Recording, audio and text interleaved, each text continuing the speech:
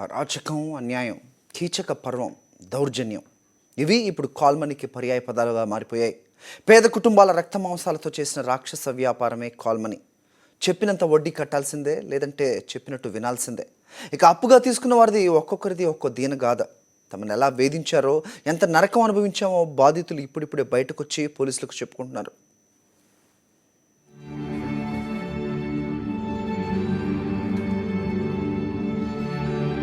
Call money అరాచకానికి నిలువెత్తు నిదర్శనం వీరి దుర్భర స్థితి.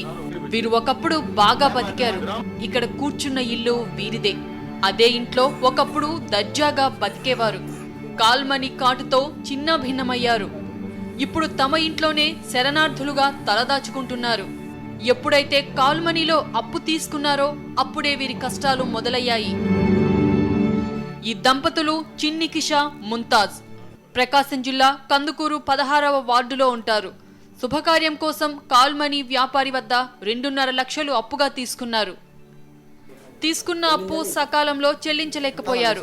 దీంతో వడ్డీ మీద వడ్డీతో పేద కుటుంబం నడ్డి విరిచాడు కాల్మనీ వ్యాపారి. అప్పు కింద వీరుంటున్న ఇంటిని తన ఆధీనంలోకి తీసుకున్నాడు. నిర్దాక్షిణ్యంగా బయటకు గెంటేసి గదులకు తాళం వేశాడు. తమ గోడు ఎవరికి చెప్పినా గూడు ఇప్పించలేకపోయారు. 9 నెలలుగా వరండాలోనే బతుకు వెళ్లదీస్తోంది పేద కుటుంబం. ఇప్పుడు 4 సంవత్సరాలు జరిగిపోయింది.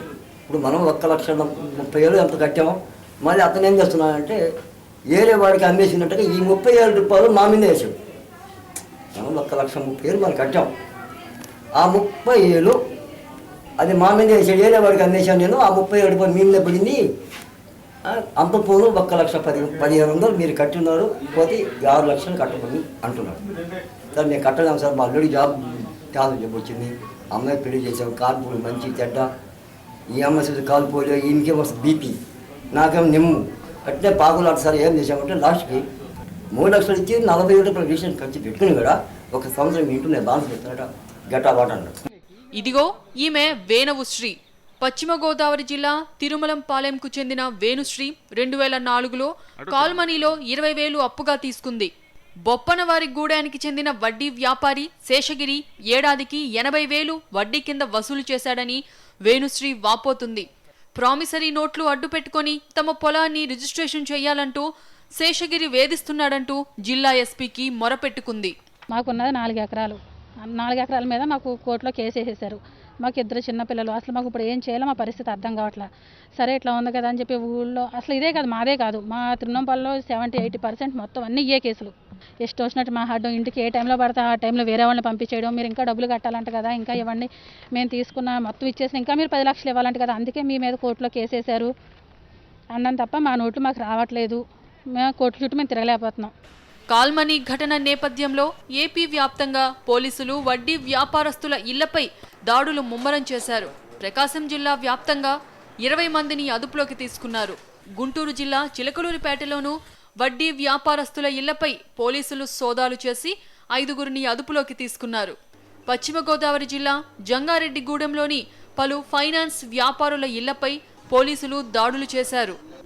ఖాళీ ప్రామిసరీ నోట్లు, చెక్కులు, ఏటీఎం కార్డులు, స్టాంప్ అగ్రిమెంట్స్ స్వాధీనం చేసుకున్నారు.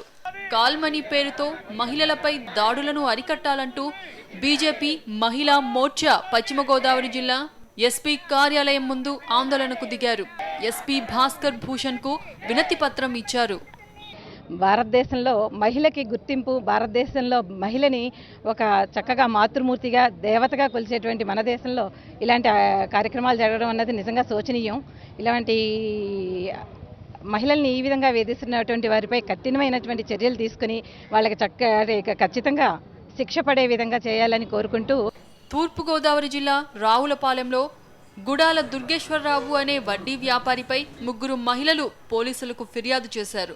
అనంతపురం రూరల్ పోలీస్ స్టేషన్లో వడ్డీ వ్యాపారులకు కౌన్సిలింగ్ ఇచ్చారు. విశాఖలోని అనకాపల్లిలోని ఫైనాన్షియర్స్ ఇళ్లపై పోలీసులు దాడులు చేశారు.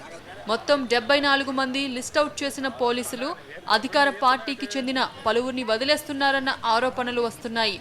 కాల్మనీ ఎఫెక్ట్ కర్నూలు జిల్లాను తాకింది. ఆటో ఫైనాన్స్ పేరుతో అధిక వడ్డీలు వసూలు చేస్తున్న వారిపై పోలీసులు కొరడా ఝులిపించారు. ఫైనాన్స్ డీలర్ల షాపులపై సోదాలు నిర్వహించారు. నిబంధనలకు విరుద్ధంగా నడుపుతున్న ఫైనాన్స్లను సీజ్ చేశారు.